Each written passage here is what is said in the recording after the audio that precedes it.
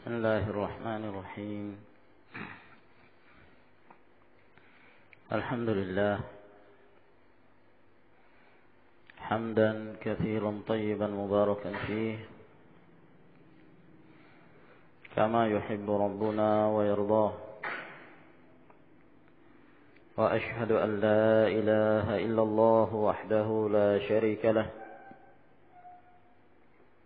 وأشهد أن محمدا عبده ورسوله، وصلى الله عليه وعلى آله وأصحابه وسلم تسليما كثيرا. أما بعد، kita lanjutkan kembali pembacaan dari kitab At-Tibyan fi Adab Hamalatil Quran. Berkata Imam Abu Zakaria Yahya bin Sharaf An-Nawawi rahimahullahu ta'ala, faslun, pasal yang berikutnya.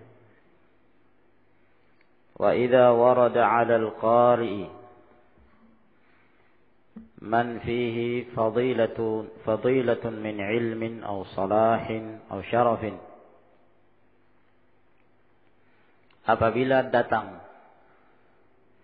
kepada orang yang sedang membaca Al-Quranul Karim,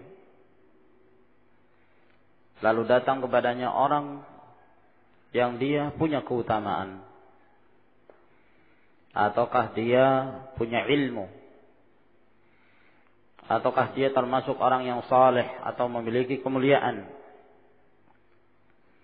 atau sinnin ma'asiyanatin, ataukah dia orang yang berumur di mana dia menjaga dirinya, punya kehormatan, aw lahu hurmatun biwilayatin aw wiladatin aw ghairihima,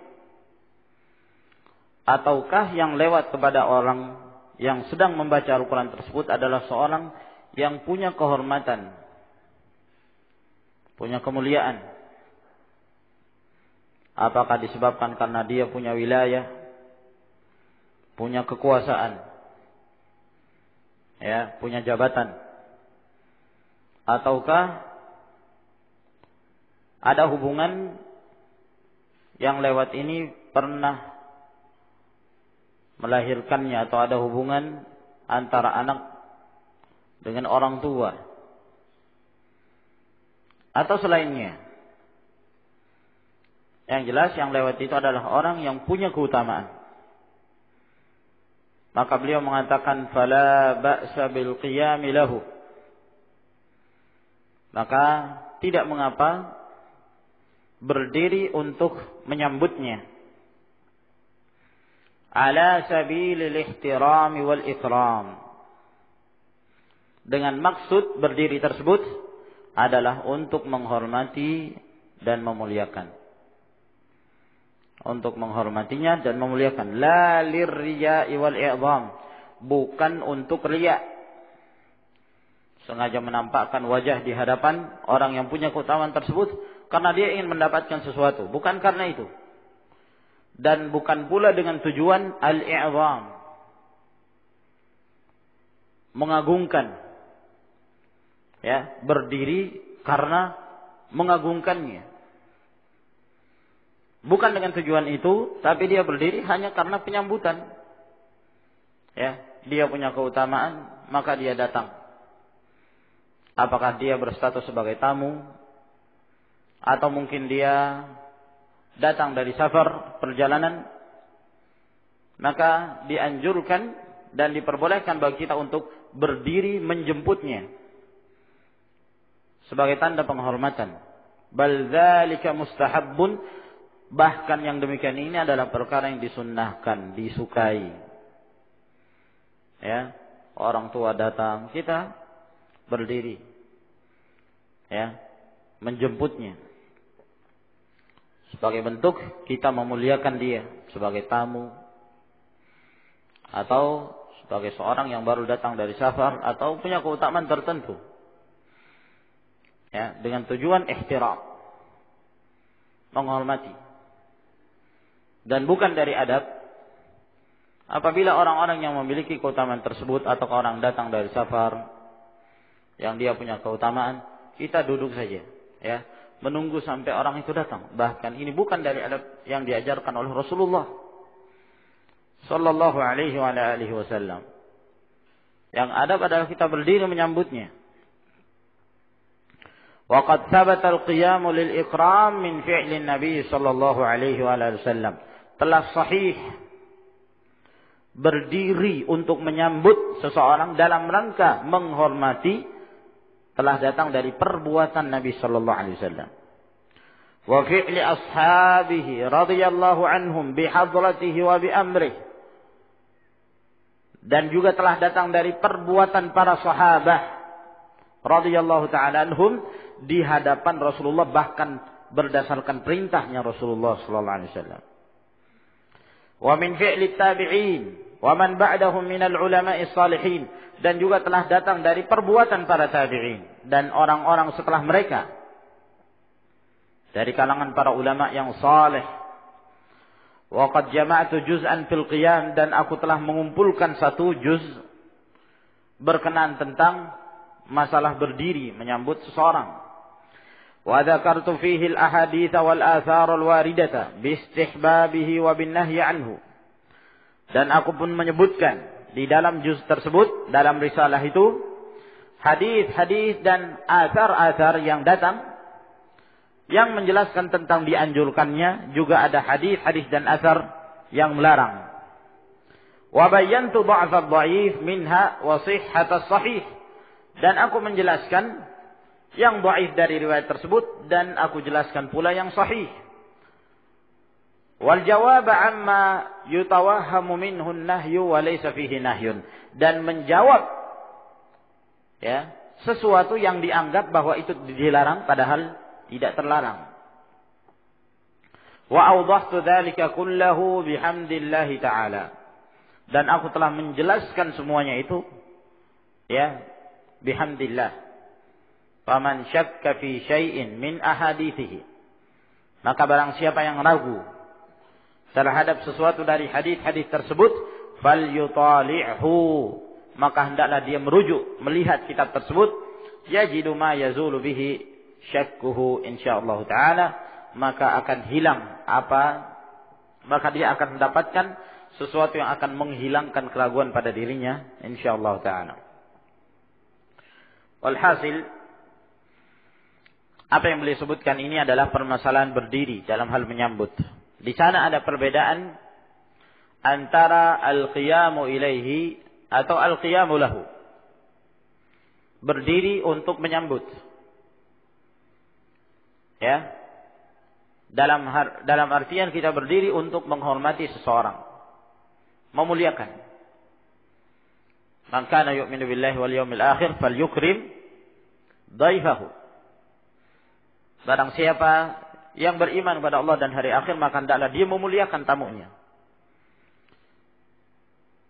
Berbeda antara hal ini dengan berdiri dalam rangka pengagungan. Ya, mengagungkan orang tersebut.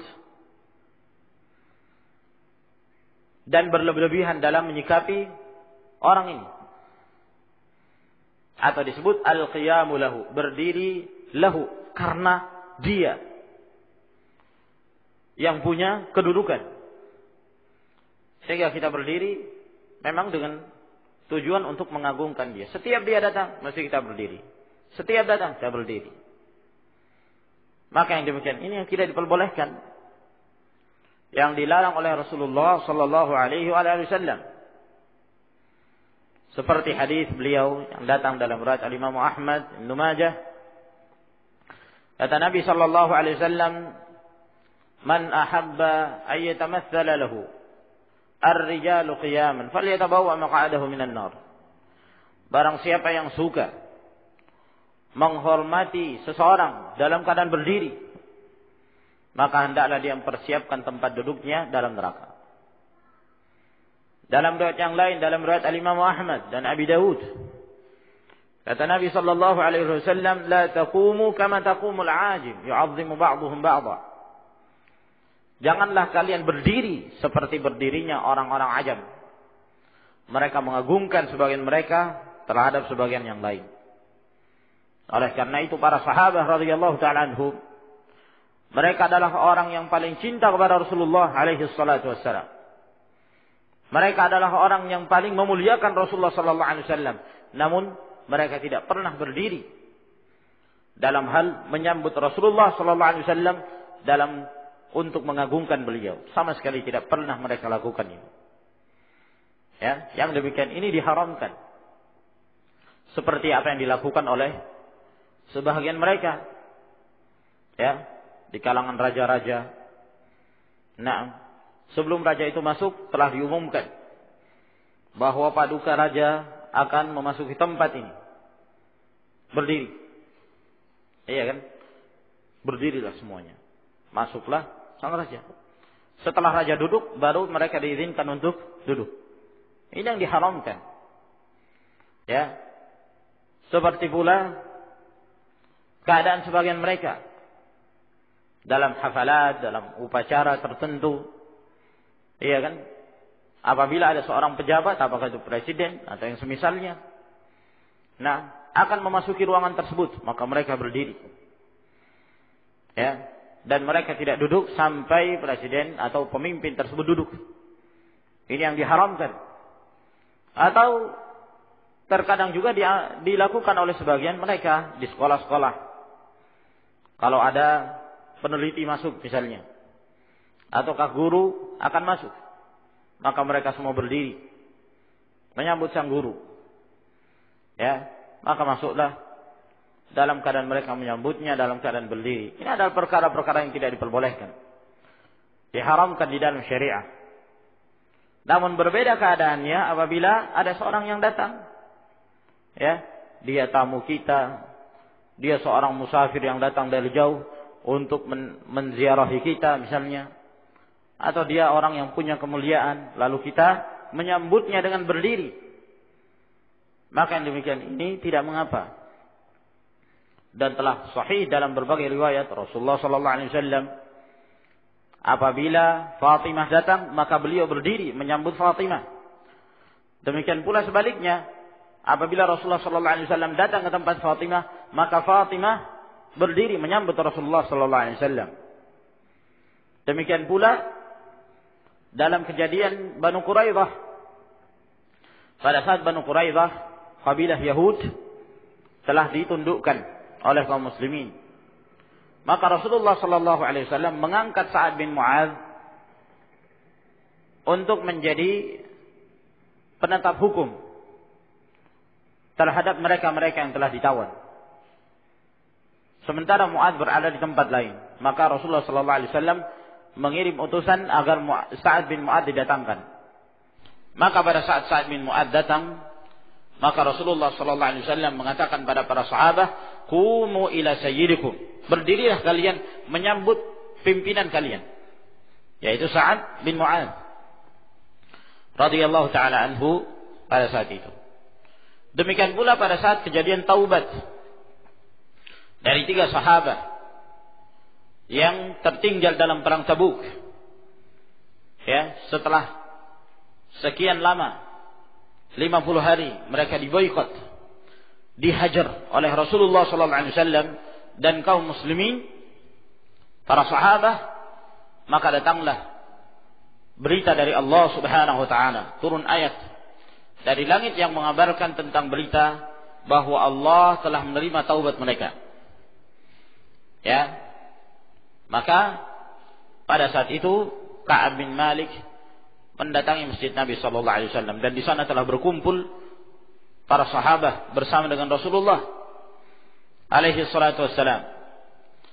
Maka pada saat Ka'ab bin Malik datang, orang yang pertama yang berdiri menyambut Ka'ab bin Malik adalah Talha bin Ubaidillah. Beliau datang menyambut Ka'ab bin Malik.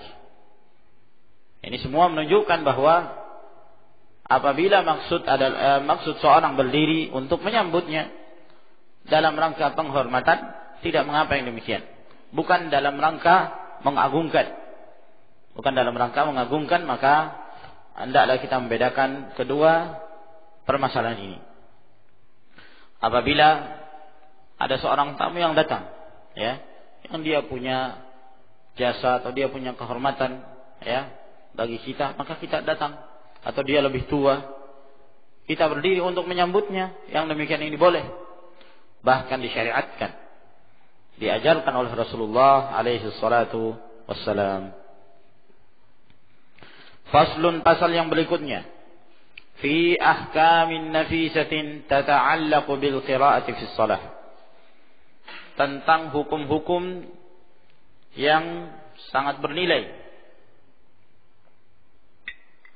hukum-hukum yang berharga, yang ada hubungannya dengan membaca di dalam salat. Beliau berkata rahimahullah, ubalighu fi ikhtisariha. Saya di sini akan meringkasnya dengan sangat ringkas. Fa innaha masyhuratun fi kutubil fiqh, karena permasalahan yang akan saya sebutkan di sini masyhur dalam kitab-kitab fikih. Minha annahu tajibul qira'atu fi shalatil mafrudati bi ijma'il ulama. Di antara permasalahan yang menyangkut membaca di dalam salat adalah wajib hukumnya membaca di dalam salat yang wajib. Wajib hukumnya membaca, ya, bacaan Al-Qur'anul Karim.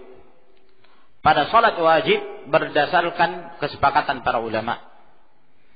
Bi ijma'il ulama. Wajib hukumnya membaca Al-Qur'an. ثم قال مالك والشافعي وأحمد وجماهير العلماء. Lalu kemudian yang wajib itu yang mana? Yang manakah yang wajib yang harus dibaca? Maka berkata Imam Malik, Asy-Syafi'i, Ahmad dan mayoritas dari kalangan para ulama, mereka mengatakan tata'ayyanu qira'atul Fatihah fi kulli raka'atin. Wajib hukumnya membaca Al-Fatihah pada setiap rakaat. Wajib hukumnya membaca Al-Fatihah pada setiap rakaat. Wa qala Abu Hanifah wa jamaah la tata'ayyanu al-Fatihatu abadan. Sedangkan Abu Hanifah dan sekelompok dari para ulama mengatakan tidak wajib sama sekali membaca Al-Fatihah. Ya. Qala, mereka mengatakan, yakni kelompok yang kedua ini mengatakan, wala tajibu qira'atul Fatihati fir rak'atainil ukhrayain, dan tidak wajib membaca Al-Fatihah pada dua rakaat yang lainnya, dua rakaat yang terakhir. Nah, maka Abu Hanifah berhujjah dengan keumuman firman Allah, faqra' ma tayassara ma'aka minal Qur'an. Bacalah apa yang mudah bagimu dari Al-Qur'anul Karim. Apa saja, tidak tertentu Al-Fatihah. Namun ini pendapat yang lemah, menyelisihi jumhur dari kalangan para ulama yang mengatakan bahwa Al-Fatihah wajib hukumnya, bahkan rukun untuk dibaca di dalam salat. Dan itu setiap rakaat. Baik, apa dalilnya? Kita wajib hukumnya membaca Al-Fatihah pada setiap rakaat. Siapa yang tahu? Hendak ya akhi, ya muadzin, apa dalilnya? Kaifa la adri? Abu Musa, apa dalilnya wajibnya membaca Al-Fatihah setiap rakaat?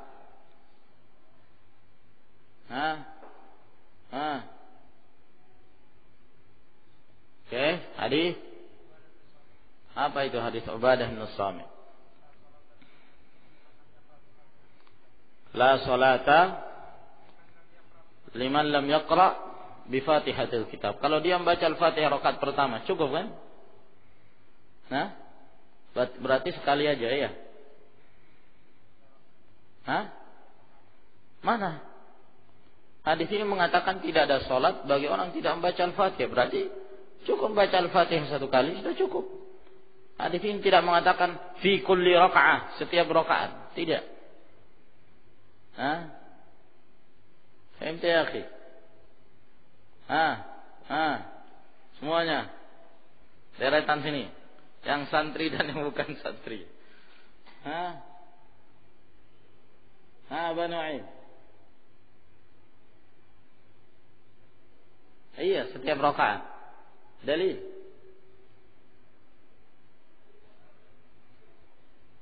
Dari mana itu? La salata liman lam yaqra' bi Fatihatil Kitab. Dari sisi mana pendalilannya?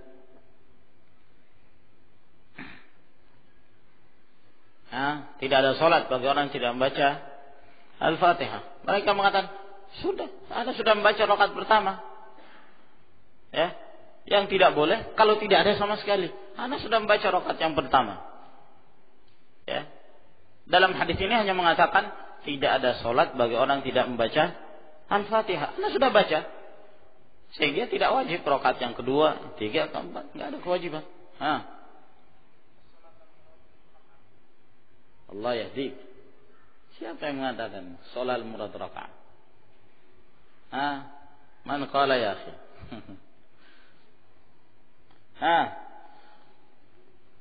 Jalur kiri. Seluruhnya. Abu Farid. Faisal. Hudzaifah. Abu Rifqi. Dalil ya akhi. Nah, sudah pernah dibahas dulu. Ya, pada zaman dahulu kala. Berapa tahun yang lalu? Allahul musta'an. Mungkin antum masih ingat hadis dalam Umdatul Ahkam. Hadis al-musii'u salatahu. Hadis orang yang jelek salatnya, iya kan? Ketika ada seorang yang masuk ke dalam masjid, lalu dia salat. Selesai salat, Rasulullah mengatakan apa? Kembali, salat lagi. Kamu tadi belum salat. Dia salat lagi. Kedua kali dia datang pada Rasulullah, kata Rasulullah, kembali, salat lagi. Kamu tadi belum salat. Terus sampai yang ketiga kalinya. Tetap saja Rasulullah SAW mengatakan, kembali, ulangi lagi salatmu. Kamu tadi belum salat. Ya Rasulullah, ma uhsinu ghaira hadza. Saya tidak bisa lagi yang lebih baik dari apa yang saya kerjakan ini. Ajarkan kepadaku ya Rasulullah. Maka diajarkan, ya, oleh Nabi sallallahu alaihi wasallam. Ya qumta ila shalah fastaqbilul qiblah fasbighul wudu, thumma istaqbilul qiblah fakabbir, thumma qra' ma tayassara ma'aka minal Qur'an, thumma rka' hatta tatma'inna raki'an. Terus disebutkan, ya, apa-apa yang menjadi rukun-rukun salat yang harus dia kerjakan. Nah, setelah itu apa kata Rasulullah? Tsumma fa'al dzalika fi salatika kulliha.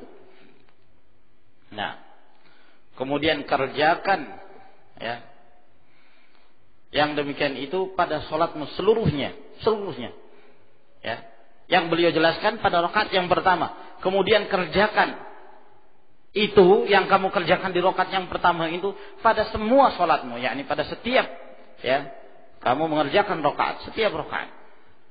Nah, maka ini perintah dari Rasulullah sallallahu alaihi wasallam yang disebutkan oleh Rasulullah alaihi salatu wassalam dalam hadis al-musii'u salatahu, orang jelek salatnya adalah perkara-perkara yang wajib, bahkan rukun dari rukun-rukun salat. Nah, maka ini dalil yang menunjukkan bahwa wajibnya membaca Al-Fatihah setiap rakaat. Wasawabul awal, dan yang benar adalah yang pertama. Faqad tadhaharat alaihi al-adillatu minas sunnah. Dan telah nampak dalil-dalil dari sunnah. Wa yakfi min dzalika qauluhu sallallahu alaihi wasallam fil hadits sahih. Dan cukuplah tentang hal tersebut adalah sabda Rasulullah sallallahu alaihi wasallam dalam hadis yang sahih. bahwa beliau bersabda, la tujzi'u salatun la yuqra'u fiha bi ummil Qur'an. Tidaklah sah salat yang tidak dibaca padanya ummul Qur'an, yaitu Al-Fatihah. وأجمعوا على استحباب قراءة السورة بعد الفاتحة في ركعتي الصبح والأوليين من باقي الصلوات. Dan mereka sepakat tentang dianjurkannya membaca surah setelah Al-Fatihah pada 2 rakaat subuh. Rakaat pertama dan rakaat yang kedua. Dianjurkan setelah membaca Al-Fatihah kita menambah dengan surah. Wal ula yaini min baqi shalawat, dan dianjurkan pula pada 2 rakaat. Yang pertama dari salat-salat yang lainnya, salatul zuhur, 2 rakaat yang pertama kita membaca Al-Fatihah ditambah dengan surah. Begitu pula Al-Asr, Maghrib dan Isya. Wakhtalafu fi istihbabiha fi tsalitsati war rabi'ah. Dan para ulama berselisih apakah pada rakaat yang ketiga dan pada rakaat yang keempat juga dianjurkan membaca surah selain dari Al-Fatihah. Ya, ini diperselisihkan. Apakah boleh membaca surah? Wal Syafi'i fiha qaulan. Dan Al-Imam Syafi'i rahimahullah taala memiliki 2 pendapat dalam hal ini. Al-jadidu annaha tustahab. Pendapat yang baru dari pendapat Al-Imam Syafi'i bahwa hal tersebut disukai. Ini dianjurkan. Walaupun pada rakaat yang ketiga dan yang keempat. Wal qadim annaha la tustahab. Pendapat yang lama dari pendapat Al-Imam Syafi'i bahwa itu tidak disukai. Tidak dianjurkan. Nah, yang sahih dalam hal ini adalah pendapat barunya Al-Imam Syafi'i, bahwa pada rakaat yang ketiga dan keempat juga dianjurkan membaca selain dari surah, selain dari Al-Fatihah. Qala ashabuna, berkata sahabat-sahabat kami dari Syafi'iyah, wa idza qulna, dan apabila kita mengatakan innaha tustahabbu, bahwa surah selain dari surah Al-Fatihah tersebut dianjurkan, fala khilafa annahu yustahabbu an yakuna aqall min al-qira'ati fil ulayain.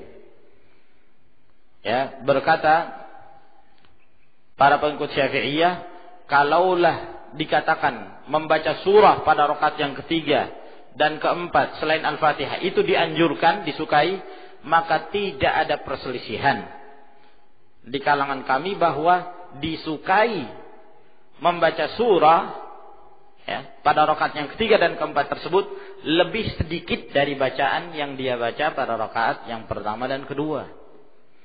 Artinya kalau dia ingin baca surah pada rakaat ketiga tidak mencukupkan Al-Fatihah, boleh, tapi yang dibaca lebih sedikit tentunya. Nah, dibandingkan rakaat yang pertama dan kedua. Qalu, dan mereka mengatakan wa takunul qira'atu fi tsalitsati war rabi'ati sawa, dan hendaknya bacaan pada rakaat yang ketiga dan keempat sama pendeknya. Ya, sama maksudnya sama pendeknya.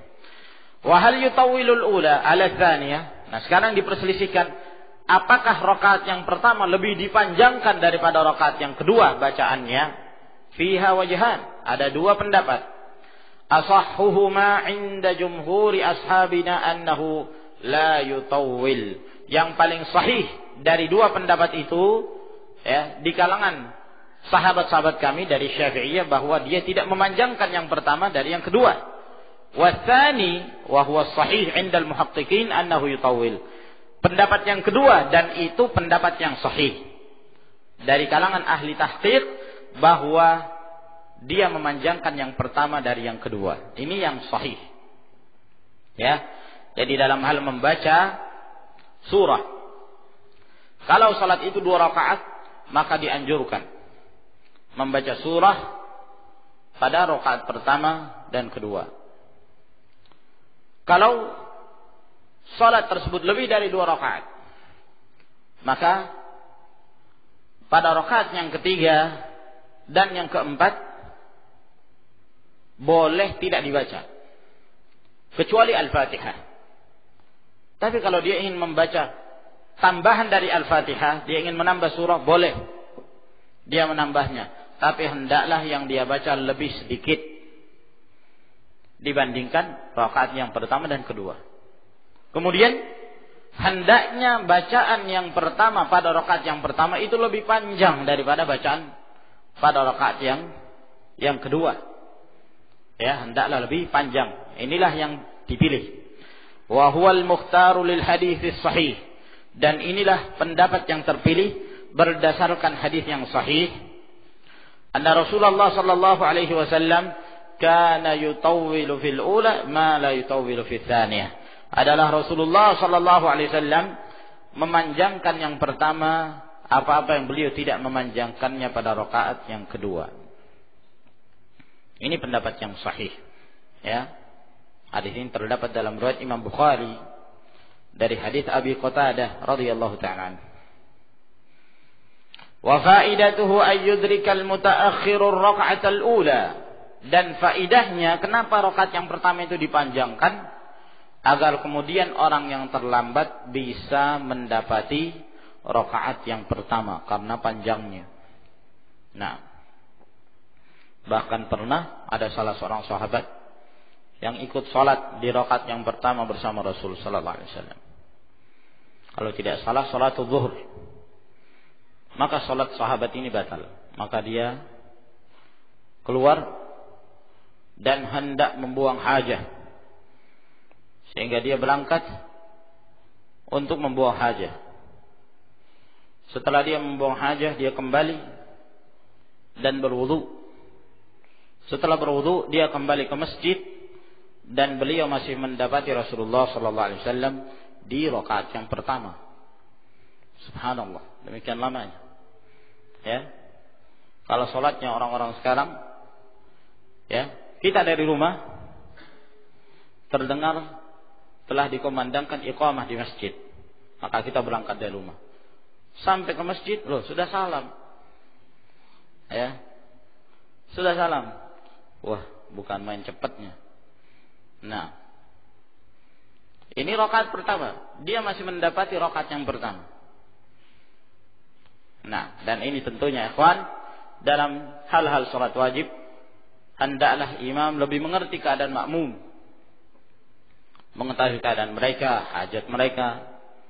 Sebab di belakang imam tersebut ada orang yang punya hajah, ada orang yang tua, ya, dan orang sakit mungkin ada, sehingga hendaklah dia menyesuaikan dengan keadaan makmum tersebut. Berbeda apabila dia salat sendiri, fal yusalliha ma syaa, maka dia boleh memanjangkan, fal yutawwilha ma syaa, dia boleh memanjangkan sekehendaknya. Wallahu a'lam. Qala Syafi'i rahimahullah, berkata Imam Syafi'i rahimahullahu taala, wa idza adraka al-masbuq ma'a al-imam ar-rak'atayn al-ukhrayayn min adh-dhuhri aw ghairiha, maka apabila seorang masbuq yang terlambat salat, dia mendapati bersama imam, ya, 2 rakaat dari salatul zuhur atau yang lainnya, 2 rakaat yang terakhir. Jadi dia hanya mendapati imam 2 rakaat terakhir, berarti dia harus mengqadha 2 rakaat yang berikutnya. Tsumma qama ila al-ityan bima baqiya alaihi, kemudian dia berdiri untuk mengerjakan apa yang tersisa baginya dari salat yang dia tertinggal. Ustuhibba ay yaqra as-surah, maka dianjurkan kalau dia membaca surah. Qala al-jamaahiru min ashabina, berkata mayoritas dari sahabat-sahabat kami, hadza 'alal qaulain, ini berdasarkan 2 pendapat. Wa qala ba'dhum, sebagian mereka mengatakan hadza 'ala qaulihi yaqra'u as-surah fil ukhrayain, amma 'ala al-akhar fala. Ini berdasarkan pendapat kalau dia membaca surah pada 2 rakaat yang terakhir. Adapun berdasarkan pendapat yang dia tidak boleh membaca surah pada rakaat yang terakhir, maka tidak boleh. Was-shawabul awwal, yang benar adalah pendapat yang pertama. Ya, yaitu bolehnya dia membaca surah. Li'alla takhluwa salatuhu min suratin wallahu alam, agar kemudian tidaklah kosong salatnya itu dari surah yang dia baca. Jadi kalau dia mengikuti imam rakaat yang ketiga dan keempat, mungkin imam tidak membaca surah. Ya. Nah, kalau dia pada rakaat yang ketiga dan keempat juga tidak membaca surah, sehingga dia tidak sama sekali membaca surah. Nah, walhasil wallahu a'lam bishawab, dalam hal ini ya, apabila dia hendak membaca surah boleh, silakan. Karena boleh pada rakaat yang ketiga dan keempat membaca surah. Nah, ya, adapun kalau dia tidak membaca surah sebab dia berada di rakaat yang ketiga dan keempat, kita pun tidak boleh mengatakan bahwa salatnya batal. Nah, atau dia mengerjakan perbuatan yang haram. Namun kalau dia membaca yang demikian ini tidak mengapa. Wallahu a'lam. Hada hukmul imam wal munfarid. Ini hukum bagi imam salat ataukah seorang yang hendak salat sendirian. Ya, bukan hukum makmum. Kalau makmum punya hukum tersendiri. Ini yang beliau sebutkan setelahnya. Amal makmum, adapun hukumnya makmum, fa in kanat salatuhu sirriyatan. Kalau salat yang dikerjakan adalah salat yang dikecilkan suara, salat sirriyah. Seperti salat zuhur dan salat asar. Wajibat alaihi al-Fatihatu wastuhibba lahu surah. Maka wajib bagi makmum membaca Al-Fatihah dan dianjurkan bagi dia membaca surah. Karena suara dikecilkan. Ya, makmum boleh membaca Al-Fatihah dan surah. Wa in kana jahriyah, namun kalau salatnya salat yang dikeraskan suaranya, fa in kana la yasma'u qira'atal imam kuriha lahu qira'atus surah. Kalau dia tidak mendengarkan bacaan imam, ya. Kalau dia mendengarkan bacaan imam, afwan, fa in kana yasma'u qira'atal imam kuriha lahu qira'atus surah.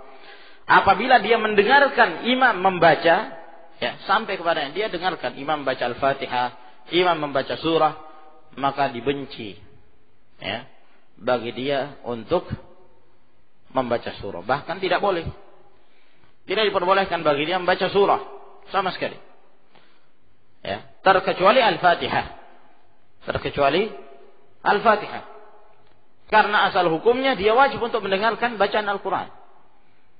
Nah, dia wajib mendengarkan, menyimak. Fa idza quri'a al-Qur'an fastami'u lahu amsitu. Jika dibacakan padanya Al-Qur'an, maka hendaklah simak, dengarkan dan diamlah. Itu asal hukumnya. Kita tidak boleh berbicara, kita tidak boleh membaca Al-Qur'an Al-Karim. Terkecuali Al-Fatihah karena adanya dalil yang khusus berkenaan tentang hal ini. Keumuman hadis dari Ubadah bin Samit, la salata liman lam yaqra bi Fatihatil Kitab. Tidak ada salat bagi orang yang tidak membaca Al-Fatihah, sehingga dia tetap wajib hukumnya membaca Al-Fatihah. Wa fi wujubil Fatihati qaulan, dan tentang wajibnya membaca Al-Fatihah ada dua pendapat. Asahhuhuma tajib. Yang paling sahih dari dua pendapat itu adalah wajib membaca Al-Fatihah walaupun pada salat yang dijaharkan. Wadzani la tajib. Ada pendapat yang kedua mengatakan tidak wajib. Ya. Jadi kalau kita mendengarkan bacaan imam, kita sebagai makmum, yang wajib yang kita baca adalah bacaan Al-Fatihah saja. Selebihnya kita tidak boleh membaca dan wajib mendengarkan bacaan imam. Wa in kana la yasma'ul qira'ah. Namun kalau dia tidak mendengarkan bacaannya imam karena jauhnya atau suara imam yang kecil sehingga dia tidak mendengarkan sama sekali, fas-sahihu wujubul Fatihah wastihbabus surah. Maka yang sahih wajib dia membaca Al-Fatihah dan dianjurkan baca surah. Hukumnya sama seperti hukum ketika salat sirriyah. Kenapa dia membaca Al-Fatihah dan surah? Karena imam tidak mengeraskan bacaannya. Maka demikian pula hukumnya ketika dia tidak mendengarkan bacaan imam walaupun pada salat yang dikeraskan suara. namun dia di tempat yang jauh misalnya, karena banyaknya orang, tanpa mikrofon, dia tidak mendengarkan sama sekali. Maka dia membaca surah. Wa qila la tajibul Fatihah. Ada yang mengatakan tidak wajib membaca Al-Fatihah. Wa qila tajibu wa la tustahabbu surah. Ada juga yang mengatakan wajib Al-Fatihah, surah yang tidak dianjurkan. Namun yang sahih pendapat yang pertama. Ya. Wajib membaca Al-Fatihah dan boleh membaca surah. Wallahu a'lam. Permasalahan yang berikutnya. Wa tajibu qira'atul Fatihati fi takbiratil ula fi min salatil jenazah. Dan wajib membaca Al-Fatihah pada takbir yang pertama dari salat jenazah, karena itulah yang diajarkan oleh Rasulullah sallallahu alaihi wasallam. Ya, takbir pertama Al-Fatihah. Takbir yang kedua shalawat. Takbir yang ketiga doa. Ya. Wa amma qira'atul Fatihati fi salatin nafilah fala budda minha. Adapun membaca Al-Fatihah pada salat-salat sunnah, hukumnya harus. Ya. Jangan sampai ada yang mengatakan, ya kan salat sunnah saja. Kalau salatnya salat sunnah berarti Al-Fatihahnya juga sunnah. Tidak. Bedakan. Salatnya salat sunnah. Jika kamu ingin mengerjakannya. Kalau kamu sudah mengerjakannya, di dalam salat sunnah itu ada yang wajib, ada yang rukun. Yang kalau tidak dikerjakan, tidak sah salat sunnahnya. Ya. Termasuk di antara yang rukun adalah Al-Fatihah. Nah. Sehingga kalau kamu ingin mengerjakan salat sunnah, baca Al-Fatihah.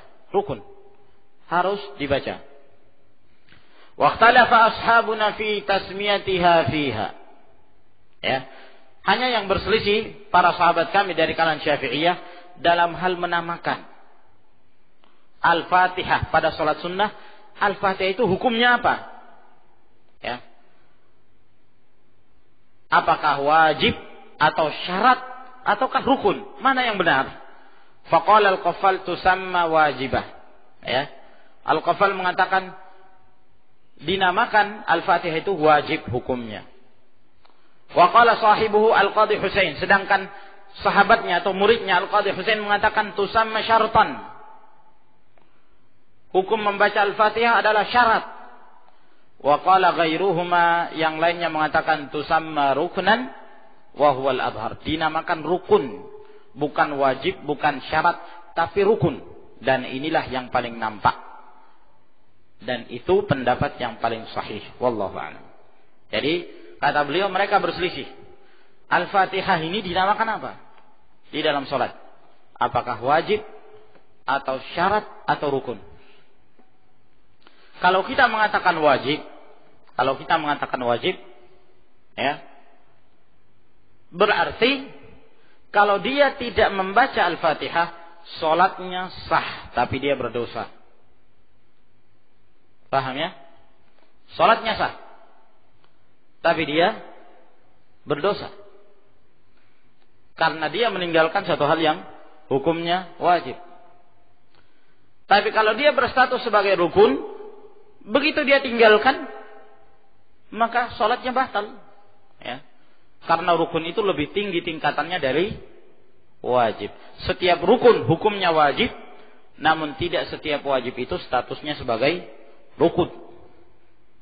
Rukun itu ibaratnya kerangkai, ya, pondasi atau tiang. Kalau tiangnya itu dirobohkan, jatuh semuanya, bangunannya jatuh, ya, batal. Nah, berbeda misalnya kalau wajib, ibaratnya seperti dinding-dinding masjid. Nah, kalau nggak ada dindingnya, ya salah bangunannya. Tapi tetapkah berdiri bangunan itu? Iya, tetap, karena ada pondasinya. Bisa dipahami ya? Nah, jadi wajib kalau ditinggalkan haram hukumnya. Tapi belum tentu amalan tersebut batal. Berbeda dengan rukun. Kalau rukun begitu ditinggalkan, maka batal amalan tersebut. Ya. Yang membedakan antara syarat dengan rukun, perbedaannya adalah kalau syarat di luar dari ibadah tersebut. Di luar dari ibadah. Walaupun ada sangkut pautnya dengan ibadah itu. Berbeda dengan rukun. Rukun itu dikerjakan di dalam ibadah, bersatu dengan ibadah yang sedang dikerjakan. Seperti berwudu misalnya. Ya. Apakah berwudu dikerjakan dalam sholat? Tentunya tidak, di luar sholat. Kenapa? Karena dia sebagai syarat. Iya kan? Oleh karena itu di luar sholat. Tapi berhubungan dengan sholat. Hanya dikerjakan di luar. Nah. Tapi kalau sesuatu itu dikerjakan di dalam sholat, ya, yang hubungannya dia bahagian dari sholat itu, maka itu rukun. Oleh karena itu pendapat yang benar dalam hal ini adalah Al-Fatihah adalah termasuk dari rukun as-shalah. Bukan hanya wajib dan bukan pula syarat. Wal 'ajizu 'anil Fatihati fi hadha kullih ya'ti bi badaliha. Orang yang tidak mampu membaca Al-Fatihah. Ini sekarang permasalahan yang berikutnya yang beliau sebutkan. Hukum orang tidak bisa membaca Al-Fatihah. Kata beliau orang yang tidak mampu membaca Al-Fatihah, ya, dalam perkara ini semua, maka hendaklah dia mendatangkan gantinya. Apa itu gantinya? Fayaqra'u biqadariha min ghairiha minal Qur'an.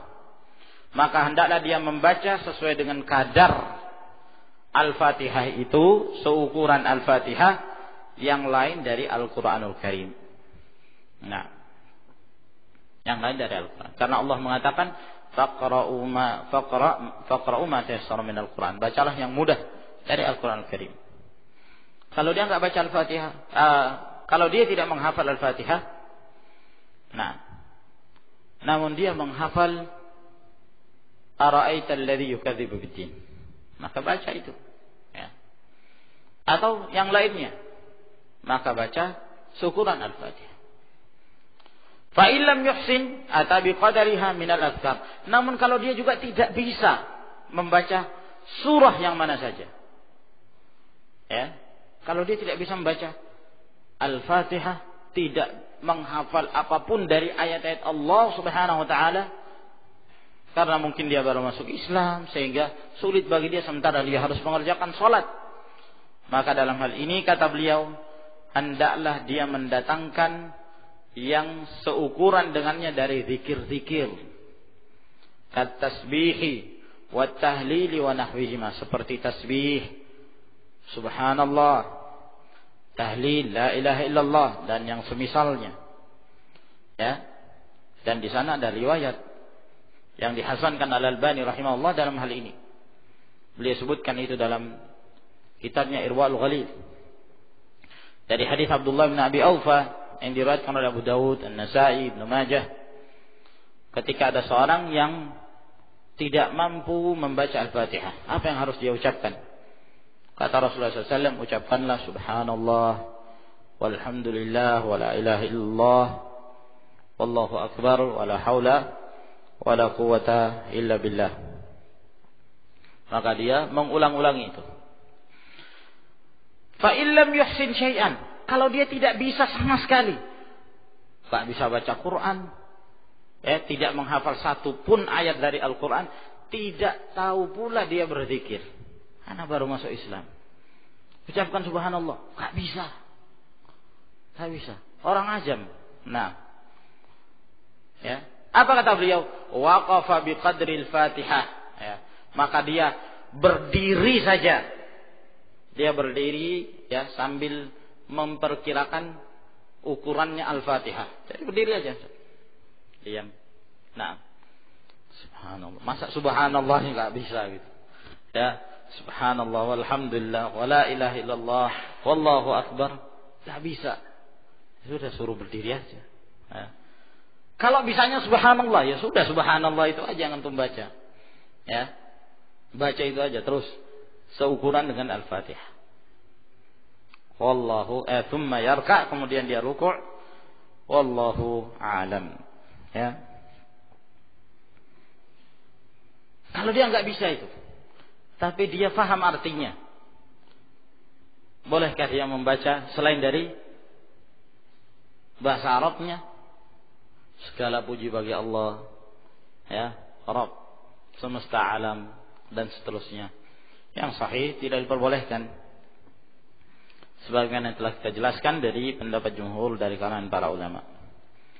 Wallahu a'lamu bissawab. Saya kira sampai di sini insyaallah. Wa akhiru da'wana alhamdulillahi rabbil alamin. Wassalamu alaikum warahmatullahi wabarakatuh.